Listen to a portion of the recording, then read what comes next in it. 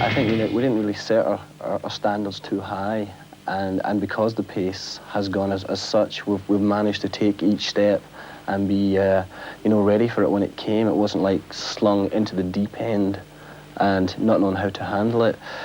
No, as I say, we didn't set ourselves up too much, and because the band is based primarily on a friendship that began in Glasgow as school kids, so even though our records weren't #1 in the charts, we always had I don't know, a sense of humour about things, and I think we were just pleased to be in a band, making records, playing gigs. We felt extremely lucky that way. So there was no, I wouldn't say at all a frustration that way. The first 2 years, I think we got lost within the sort of industry. I also think our first attempts at records. I mean, every band I think probably dreams of or having the dream debut. For us, that wasn't to be the case. It's taken us 8 years to even begin learning our craft. And really, when you think about it, that is normal, because every tradesman or something, I think it's the same kind of process. But it's just pop music has such a fast turnover. You're really expected to come up with the goods right there and then, more so now than ever before. And I think, it could have went either way then. We could have really sunk, like a lot of bands, XTC Magazine, a lot of British bands at the time. Again, Secret Affair, The Pleasers, all these bands that were big names in the press for 1 month, and then nothing. We did sink in a sense, but what we did is we went to Europe and began to play live, learn to communicate with an audience, learn to build the set. Fortunately, that really suited the way we wanted to go about things. We were making enough money then to support ourselves, and we didn't have to succumb to the pop pressure of having a big hit then. We weren't the kind of band, that dreamt of being #1 and having gold records and platinum albums and such. We really wanted to. It was much more close. We just wanted to become better songwriters, a better live band, and if we did have hits, hopefully they would take care of themselves. And by and large, that really is kind of what has happened, or what is happening. Touch wood as we speak. I think the mentality in Glasgow being a working place, shipbuilding. If you were a boy, it was what are you going to be when you grow up? A bricklayer, a mechanic, a shipbuilder, which one? And if you had any pretensions to be a poet or an actor or any of the arts, I think people thought you were reaching, I think, higher than was possible. Unfortunately, I think that's changed a little now. It is a place that's very important to the band still. It's a place that's it comes out in our music, but not in the direct way, not because of a sound of a bagpipe or anything like that. But I think more in our. I think there's a passion that goes not so much with the Scottish race, but the Celtic race, with the Irish, the Welsh, and the Scots. I think there's a certain romance involved with that kind of bloodline. And through the past, although we see it hasn't been there in music, especially with the Irish roots, it is with authors such as Joyce and lots more. And I think that's, with me, at least how the writing came into it. We are kind of craftsmen, but it's more craftsmen of the subconscious and the instinct, more than sitting down saying, how will we attack this, or how will we plan this out? I guess that's to our detriment sometimes, but we just get carried away, and we go with the instinct. And it was great to hear those songs come on the radio just with a burst. Hear Simple Minds Promised You a Miracle, and there it was. I remember it was the spring of 1982, and I heard it for the first time on the radio. And up until then, I didn't presume to know anything really about hit records. But when I heard that, I really had a feeling of, this is going to be a hit. This will do well, and it did go quite a long way to opening the doors for the band. I I think it's a good, well-crafted song. I think that is where we're getting somewhere when we come up with that song.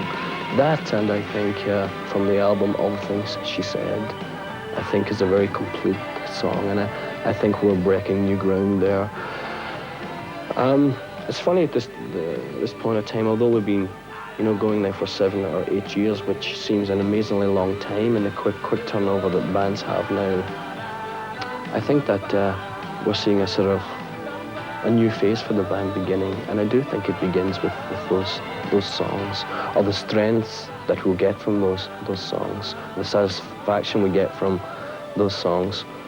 I think will encourage us in the future sort of endeavours. Geldof called us up and he said, I want you to do the gig. And we thought, oh great, Wembley. He said, no, Philadelphia. And we thought, but no one knows us there, and he told us everyone else that was playing, and the legends and the current chart toppers and such. And he said, no, I think it would be good for you to go there. And you are, after all, #1 there this week. And we found ourselves there in July, along with the rest of them. Did you feel the nerves? Yeah, I did, but I also passed Jack Nicholson on the way to the stage, and that sort of eclipsed the nerves. I was thinking, there goes Jack, kind of thing. I was seeing The Shining and One Flew Over the Cuckoo's Nest, and it was very much that kind of day in Philadelphia. Backstage, there was every face, and although there was an overall feeling of why everyone was there, Geldof's cause, it was a great day, but everything was moving so fast, that it was almost dreamlike. I think when I went back to the hotel that night, I had to, seriously pinch myself and wonder about the day that had just gone by.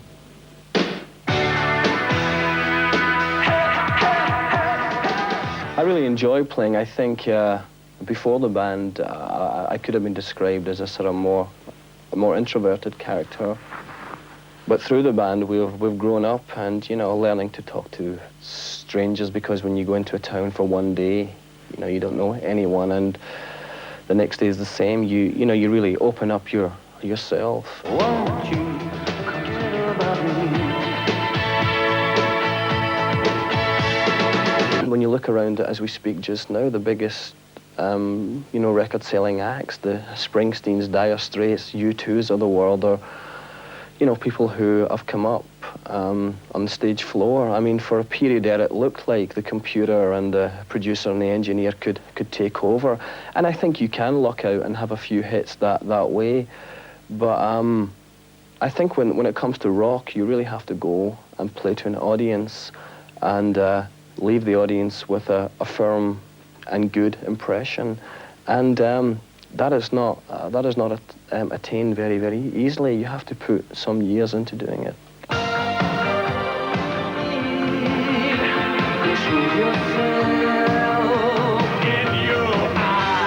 There's been some criticisms from some people in the press. They look at the venues we're playing and they think a stadium rock. But if there's 12,000 people who want to come and see us in Lyon or in Brussels or Belfast, who are we to say that only 3,000 can come? We don't have the time to do 4 nights in a small hall. So what we have to do when we go into these big halls is bring in the production and make sure we have a great sound, we have great lights, and above all, we have the songs that can get to the back of the hall. I mean, it can be done. People like Springsteen do it. Peter Gabriel does it. David Bowie does it. It's just, I suppose, going back to those early days, 1976 and 77, the whole idea of stadium rock was very much out the window. But I think we do make a big music, and I think our music is big enough. I think the energy in our music, the spirit in our music, and I think we have I just feel sure we have the capacity to get to the back of the hall. Otherwise, we wouldn't do it. Unfortunately, the reactions seem to be that we are getting to the back of the hall. I mean, I always make sure at sound checks, I look for the worst seat in the hall and go and sit in it and sort of imagine what it's like for whoever's sitting there at night when we're on stage. And when I'm on stage, I sort of, remember what it looks like from up there. And I feel it makes us try kind of harder to communicate more than the first, 18 rows. I just love playing. We do, and I think a stadium is a challenge. I think if we were to play in this small room here, it would be a challenge. They're all a challenge. And I think when you master the technicalities, it should work.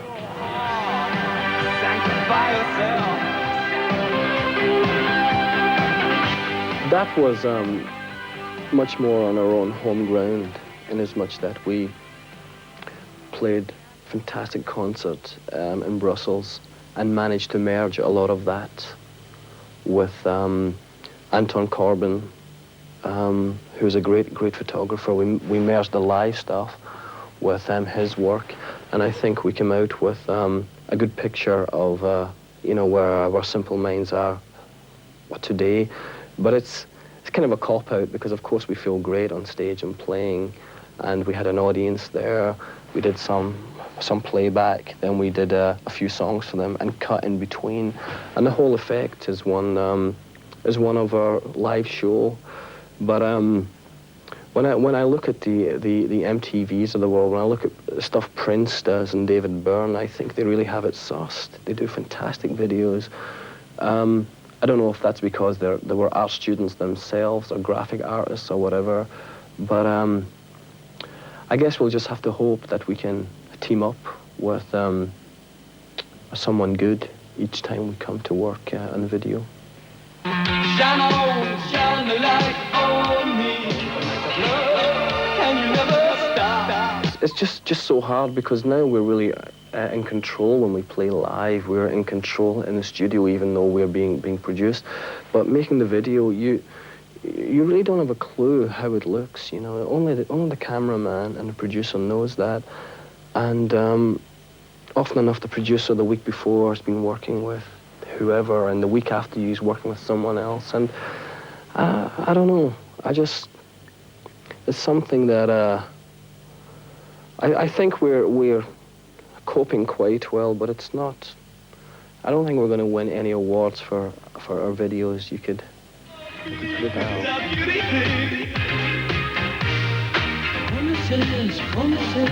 And I am conscious about where we go from here, and it has to be, I think you just have to keep everything within a perspective.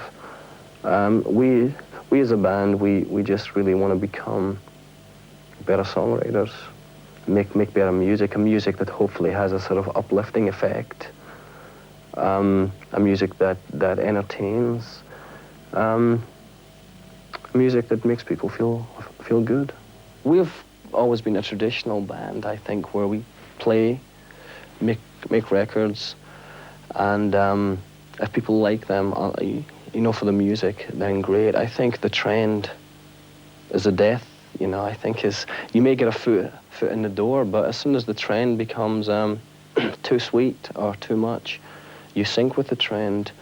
And I also think it has something to do with a lot of these early 70s bands being a big influence on us. We saw the way Pink Floyd worked, Led Zeppelin, and although these are not terribly hip names to mention at this moment in time, I think I prefer the way those bands work to the